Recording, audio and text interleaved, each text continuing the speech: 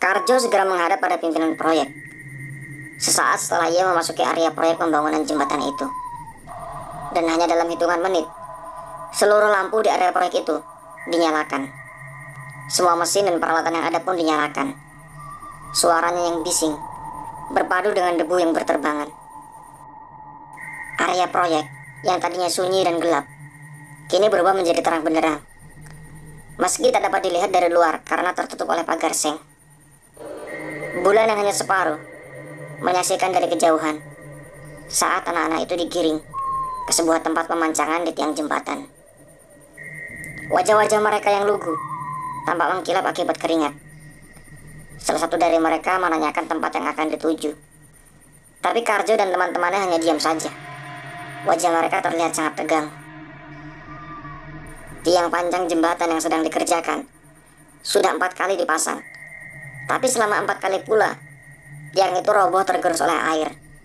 Sementara tiang di sebelah utara sama sekali tidak bisa dipasang karena area sekitar lokasi tiang selalu basah oleh air sungai. Jika tiang panjang itu belum terpasang, maka tidak ada pekerjaan lain yang bisa diselesaikan. Sebab tiang-tiang itulah yang nanti akan menjadi penyangga badan jembatan. Beragam upaya telah dilakukan oleh pekerja maupun kontraktor proyek itu agar jembatan bisa terpasang. Mulai dari memompa air sungai dengan kapasitas mesin yang sangat besar, hingga menggunakan tenaga ahli dan alat canggih untuk menanam tiang. Tapi semua usaha itu sia-sia. Tiang jembatan tetap tidak bisa terpasang. Sementara batas waktu pengerjaan semakin mepet. Waktu terus berjalan. Kontraktor proyek pengerjaan jembatan akhirnya mendatangi paranormal. Ia sudah sangat putus asa dengan upaya yang dilakukan selama ini, sehingga mencoba upaya yang di luar nalar. Sesampainya di rumah paranormal, Cahyo kemudian mengutarakan niatnya, dan tampak paranormal tersebut sangat paham. Belum selesai Cahyo menjelaskan perkataannya, Mbah Dukun tersebut sudah berkata, "Anakku, perlu kalian tahu, lokasi yang akan kalian bangun jembatan adalah lokasi yang sangat keramat. Mereka akan terus menghalangi kalian, kecuali kalian memberikan tumbal yang setimpal." Alangkah kagetnya Cahyo ketika Mbah Dukun tersebut mengatakan bahwa tumbal yang diminta bukanlah kepala kerbau seperti yang selama ini beredar di tengah masyarakat, tetapi tumbalnya berupa kepala 5 orang anak yang masing-masing dipasang di 5 titik tiang panjang. Cahyo kemudian menyuruh Karjo untuk mencari 5 orang anak. Tapi ia sengaja menyuruh Karjo untuk mencari anak-anak di luar pulau agar yang mereka lakukan tidak terendus. Langit malam yang kelam menjadi saksi perbuatan sadis Karjo dan rekan-rekannya. Mereka masing-masing memegang 1 orang anak, kemudian memasukkan pada tiang berdiameter 1 meter. Lalu mereka mengecornya dengan campuran semen dan pasir. Mereka sengaja menyalakan semua mesin dan peralatan agar teriakan ketakutan dari anak-anak tersebut tidak bisa terdengar.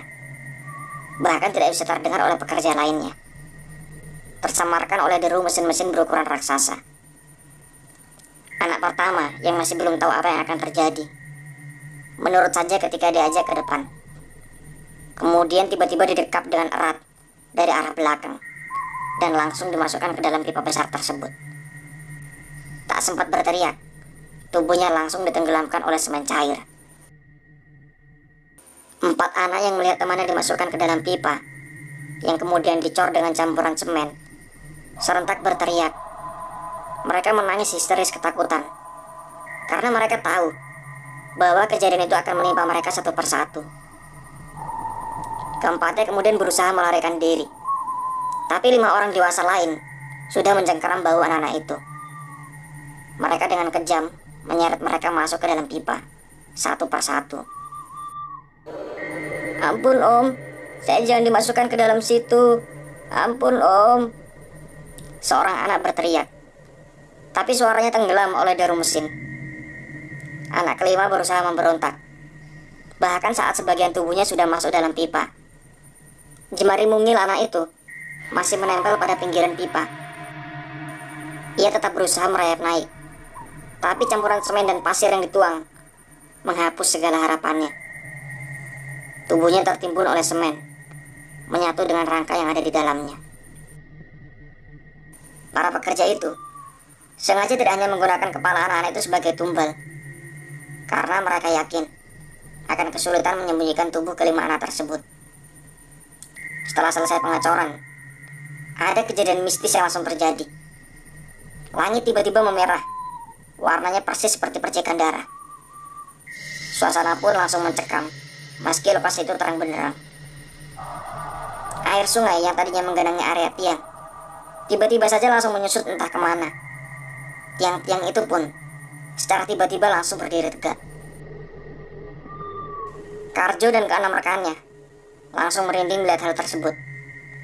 Terlebih, tiba-tiba ada aroma wangi yang menyelimuti area tersebut, dibarengi dengan munculnya sosok wanita cantik di antara kelima tiang tersebut. Rambutnya panjang terurai, mengenakan gaun berwarna kuning. Ia juga tidak mengucapkan sepatah kata pun, hanya memandangi Karjo dan teman-temannya satu persatu. Kemudian tiba-tiba ia menghilang.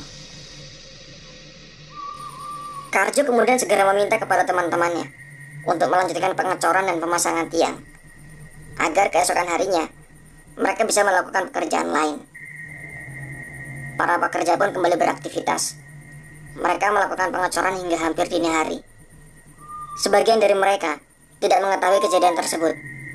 Yang mereka tahu bahwa tiangnya sudah terpasang. Hanya beberapa belas pekan sejak kejadian malam itu, jembatan sudah terbangun. Meski belum bisa digunakan, pengerjaannya sudah hampir selesai dan memasuki proses finishing. Beberapa pekan berlalu, tapi Karjo dalam lubuk hatinya selalu merasakan penyesalan dan juga perasaan bersalah setiap kali melihat jembatan tersebut. Di pelupuk matanya terbayang tangis kelima anak kecil yang dijadikan tumbal. Tangis mereka yang bercampur dengan deru mesin, seolah selalu mendengung di telinganya. Bahkan beberapa kali Karjo melihat anak-anak kecil itu bermain di lokasi tersebut sambil menunjuk-nunjuk ke arahnya. Kejadian itu seolah nyata. Anak-anak kecil yang bermain di tempat tersebut masih sering terlihat saat jembatan tersebut sudah bisa difungsikan. Beberapa orang yang sempat melihat mereka mengatakan bahwa anak-anak itu tak jarang menumpang pengendara motor ataupun menumpang mobil. Namun, setiap kali ada orang yang melihat anak-anak tersebut, bisa dipastikan akan ada kecelakaan di tempat tersebut, dan korbannya tidak pernah ada yang hidup. Anehnya lagi, seluruh korban kecelakaan adalah orang dewasa. Kalaupun ada anak kecil yang bersama dengan mereka, maka si anak akan selamat tanpa lecet. Menurut beberapa paranormal yang pernah didatangi oleh warga setempat, kecelakaan yang terjadi di lokasi tersebut disebabkan oleh anak-anak yang dulunya dijadikan tumbal pembangunan. Mereka membalas dendam pada pengguna jalan, khususnya orang dewasa. Oke, itulah kisah tentang tumbal tiang panjang jembatan. Kisah seperti ini juga dulunya banyak menghantui anak-anak, khususnya di era 90-an. Ketika ada mobil asing melintas, anak-anak sering mengucapkan, "Awas, ada tukang potong kepala." Dan refleks, mereka akan bersembunyi karena takut akan diculik dan dijadikan tumbal.